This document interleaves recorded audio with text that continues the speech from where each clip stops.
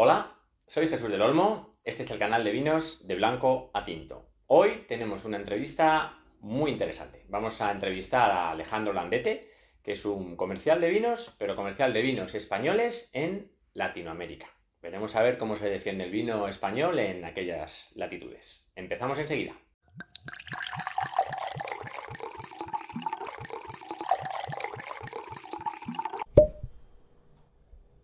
Alejandro Landete, Don Jesús, compañero y amigo, un sí, placer tenerte por aquí, sí señor. igualmente. Bueno, Alejandro, pues como te digo, nos conocemos hace mucho tiempo, conozco bien tu trayectoria, pero la gente que nos está viendo seguramente no, entonces vamos a empezar por el principio, como no podía ser de otra manera. Maravilloso. Tú siempre me has dicho a mí que tú naciste en una bodega. ¿Eso es verdad o estás exagerando un poco? Bueno, literalmente no nací en la bodega, pero sí, nací en octubre, el 1 de octubre, en plena vendimia, y mi padre es bodeguero, tiene una bodega de siempre, y como te podrás imaginar, a la Rosita, mi madre, se le ocurrió que el día que dio a luz fue en plena vendimia. El día Mi de padre la se volvía loco, y dice, "Pues, ¿dónde voy? ¿A la bodega o a ver a cómo nace?". Y bueno, pues básicamente toda mi vida la he pasado en una bodega, toda la vida. ¿En qué tierra naciste? Es decir, tierra de vinos, por lo que tengo entendido. Sí, yo soy de La Manchuela, Ajá. de un pueblito que se llama Madrigueras. Ujú. Pero sí, yo rodeado de viña. Para mí, de niño, cuando uno empieza a crecer y empieza a abrir un poco más el campo, no entendía cómo había gente que no sabía que era un remolque de uva o no sabía que era una tinaja de vino. O sea, Ujú, me sorprendía. ujú. O sea, no existía la de Manchuela, que era vino de la Mancha, ¿no? Vino de Castilla-La Era Mancha, vino de de la mesa. tierra, vino Era de vino de mesa mesa. directamente, ¿no? Era una época donde lo que el consumidor hacía era beber vino con gaseosa en cualquier bar de carretera, y era eso lo que nosotros Es que elaborábamos. no hace tanto tiempo, evidentemente tú eres bastante joven todavía, Muy joven, muy pero joven. siempre decimos que se ha bebido mucho vino en España, pero de calidad dudosa. Es decir, Sí, antiguamente la generación de nuestros padres, sí, en la edad que tú y yo más o menos tenemos, bebían vino a diario, pero claro, ¿qué vino se bebía? Muchas sí. veces, no quiero citar marcas, pero algunos la tenemos todos en Sí. mente, y mucho con gaseosa, claro. Casi todo. Lo que iba la gente al bar era el vaso de tubo y ponme un tubo de vino. Y era vino y gaseosa y hasta arribita. Bien. Pues con ese escenario que tenías allí, tú tuviste claro enseguida que lo tuyo era la venta. De hecho, creo que tu padre en algún momento te puso un ultimátum, ¿verdad? Y Sí. empezaste a vender vino a una edad muy temprana. ¿Cómo Sí. fue aquello? Pues yo no recuerdo si tendría 20 años o 19 o 20 años o así. Y mi padre me dijo, una vendimia. Que no quieres estudiar, pues a trabajar, vete a vender vino. Y el hombre, me fui con el comercial que tenía mi padre en ese momento y me soltó en un pueblo con un distribuidor, vende vino. Y digo, ¿pero que venda cómo? ¿Cómo se hace esto? Y mira que se me dio bien. Se te Sí, dio sí. bien. La verdad que vendía bien. Se te sigue dando bien, sí. Pero ¿cómo era la venta? Me imagino que era una venta, bueno, en las carreteras, ¿no? De Sí, aquella España rural. sí. Hacíamos mucho la parte levantina, restaurantes de carretera, y eso era vender un palet de vino por cada restaurante. O sea, era un palet, un restaurante. En un día vendías un camión, y al día siguiente era otro camión, y al día siguiente era otro camión. Claro. Pero claro, vinos económicos. Poco tiempo después de aquello, no se te debió dar muy mal, tienes la oportunidad de pasar a la antítesis posiblemente, te vas a la Ribera del Duero Sí, a vender vinos de precios mucho más elevados de los sí, que estabas acostumbrado. sí. ¿Cómo te surge esa oportunidad? ¿En qué bodega trabajaste? ¿Cómo fue Bueno, aquello? ahí fue mi hermano. Uno ya quiere como también emanciparse un poco del trabajo con mi padre. Además, mi padre tuvo una propuesta de que le compraban la bodega y uno quiere pues tener también su propia trayectoria profesional. Mi hermano me dijo, vete a hablar con él que no sabe cómo vender porque acaba de abrir la bodega, y yo fui simplemente a explicarle cómo funciona el mercado del vino en la hostelería. Y bueno, pues me hizo una oferta atractiva, decente, me gustó, los vinos estaban increíbles y empecé a trabajar con él de director comercial, con ¿De qué bodega hablamos? Bodegas Beganzones. Beganzones, la El conocemos. amigo Sí, Clete, la conocemos bien. La conocemos bodegón, bien. Sí. tiene unos vinazos. Sí. ¿Y qué pasó en aquella época? Es decir, tú empezaste allí como director comercial, si no me Bueno, equivoco. sí, porque bueno, y tan director, éramos Clete y yo, no había nadie más Ajá. ahí. Bueno, entonces él era más director que tú, ¿no? 100%, era todo. Él era director general y tú Sí. director Lo que pasa es que comercial. Clete le gusta más la enología que la venta. Y Ya. entonces, pero lo hizo muy bien porque, o sea, lo hizo muy bien.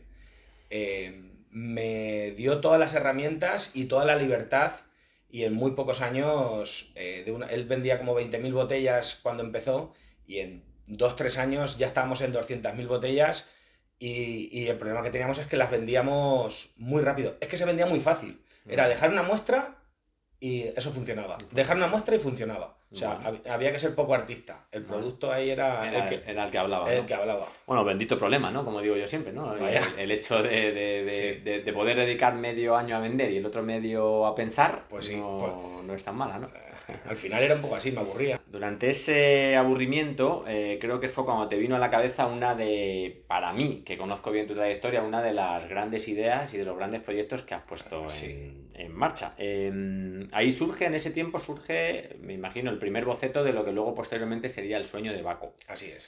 ¿Cómo fue aquello? ¿En qué consistía el sueño de Baco? Explícanos a quien no lo conozca, porque dio mucho que hablar. Yo recuerdo que dio mucho que hablar, no solo en Madrid, sino a nivel nacional, me atrevería a decir. ¿Cómo fue aquello? Yo sigo pensando, aunque ya no existe, sigo pensando que es una idea brillante, una idea muy buena. Me dio por empezar a leer, emprender, cómo innovar y un libro me dijo que había que meterle tecnología a lo tradicional. Y yo tenía el problema que mi vino estaba en muchas cartas, el vino de Clete, el 900 de altitud, pero que mucha gente pedía las marcas tradicionales y yo decía, ¿por qué no lo han probado? Porque si lo prueban, lo elegirían. Entonces, con las máquinas que ya existen, expende vino, inyectando un gas inerte para que no haya una modificación, montamos ahí en la calle Goya, en Madrid, el Sueño de Baco, que era un lugar donde podías probar 360 vinos antes de comprarlo. Y que además la compra la hacías directamente a la bodega. No había intermediarios, era una venta directa a bodega, cliente final, donde tú lo habías probado previamente. Y fue espectacular. Eso para mí fue el proyecto de mi vida. Yo tuve un antes y un después en mi vida con este proyecto. Recibisteis importantísimos premios, además. Tuvo mucha repercusión. Sí, en prensa, en televisión. A mí, que esto, aunque el negocio no exista, sí que lo sigo teniendo, me dieron premio en AGE, la Asociación de Jóvenes Empresarios, a un premio a la innovación.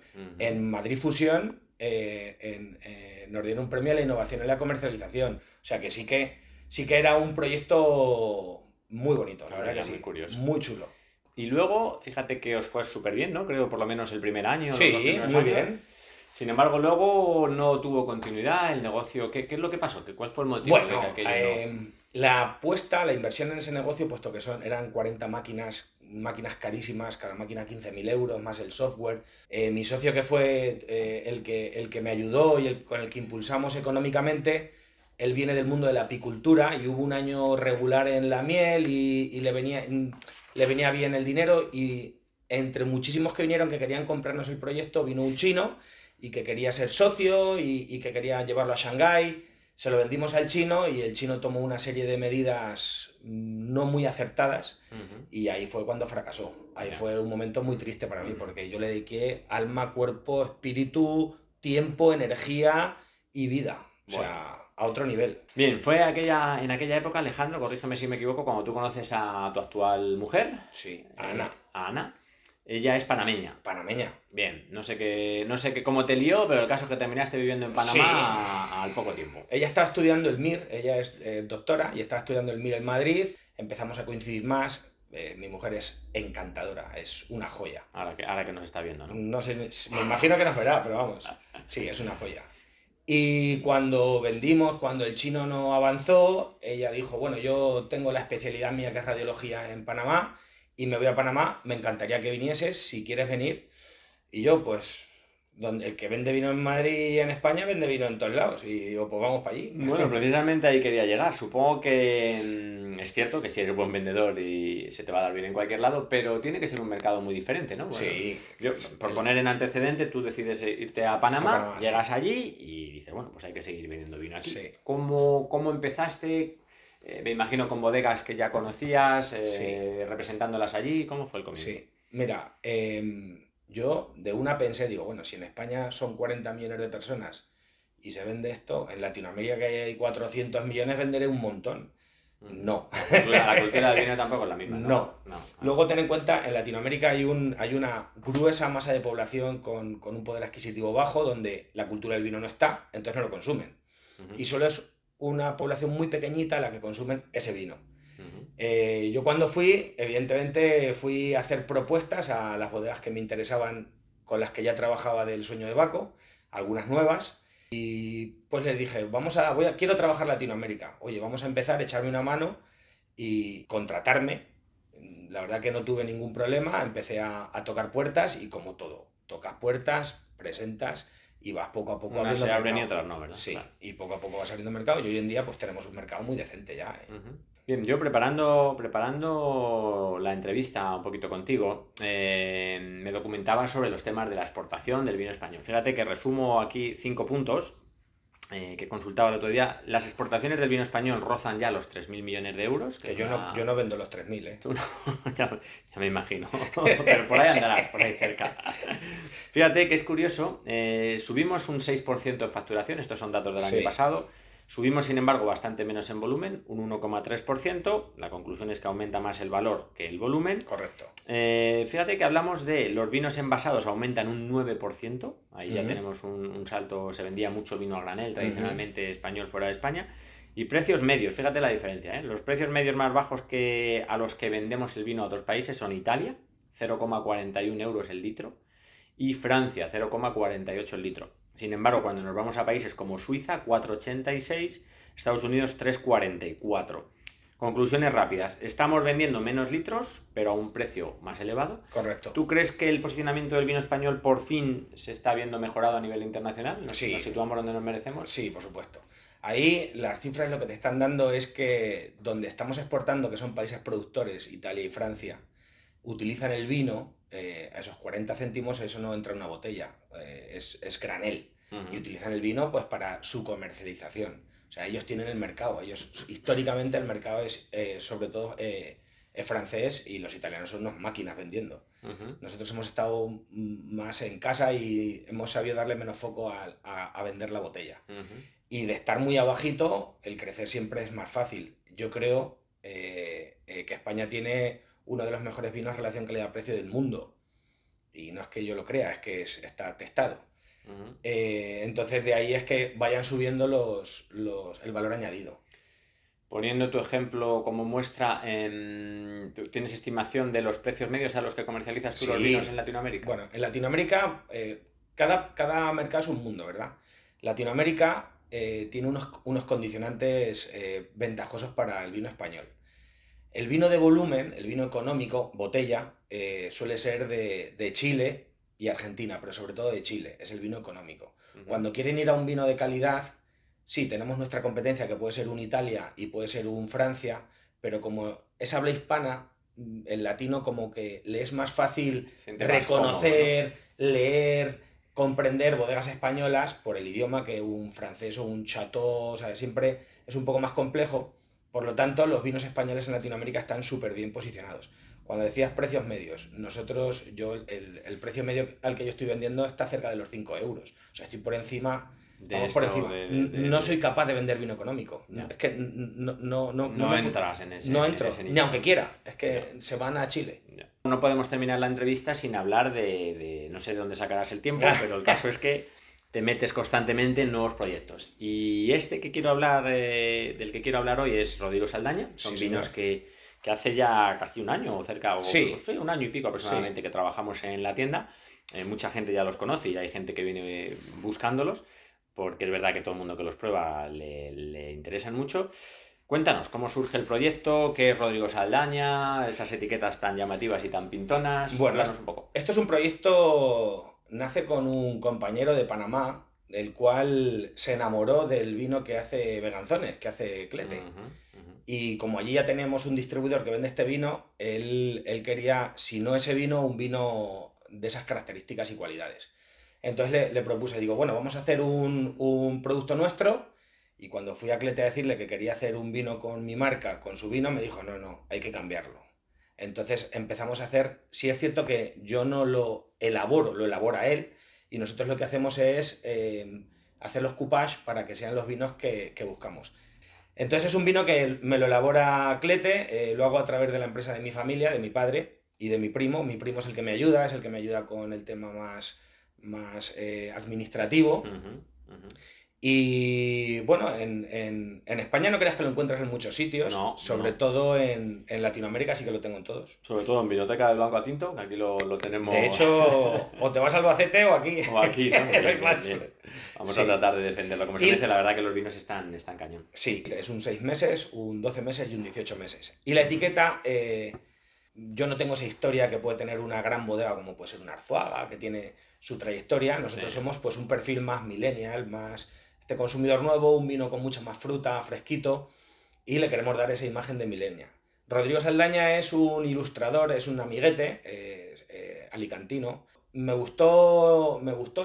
vi fuerza al nombre y me gustó la relación de el ilustrador con la marca, entonces hemos hecho una marca con ese toque de esa imagen.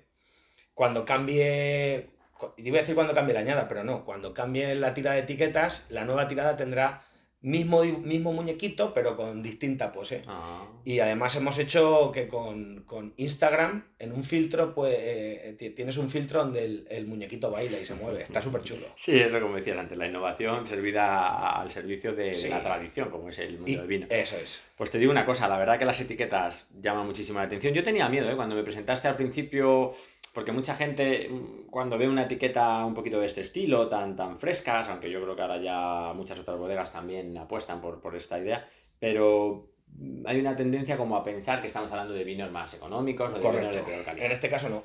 Todo el mundo cuando prueba queda encantado. En este caso no. Pues Alejandro, brindamos por el vino, por la exportación del vino, por Latinoamérica y por todos vosotros. Y por de blanco a tinto. Muchas gracias. Recordamos, como siempre, oye, si tenéis la oportunidad y queréis suscribiros y tocar la campanita, si tenéis cualquier pregunta sobre los vinos, sobre la exportación, sobre Latinoamérica de Alejandro, podéis ponerlo en los comentarios y os responderemos a todos. Muchas gracias y hasta el próximo vídeo.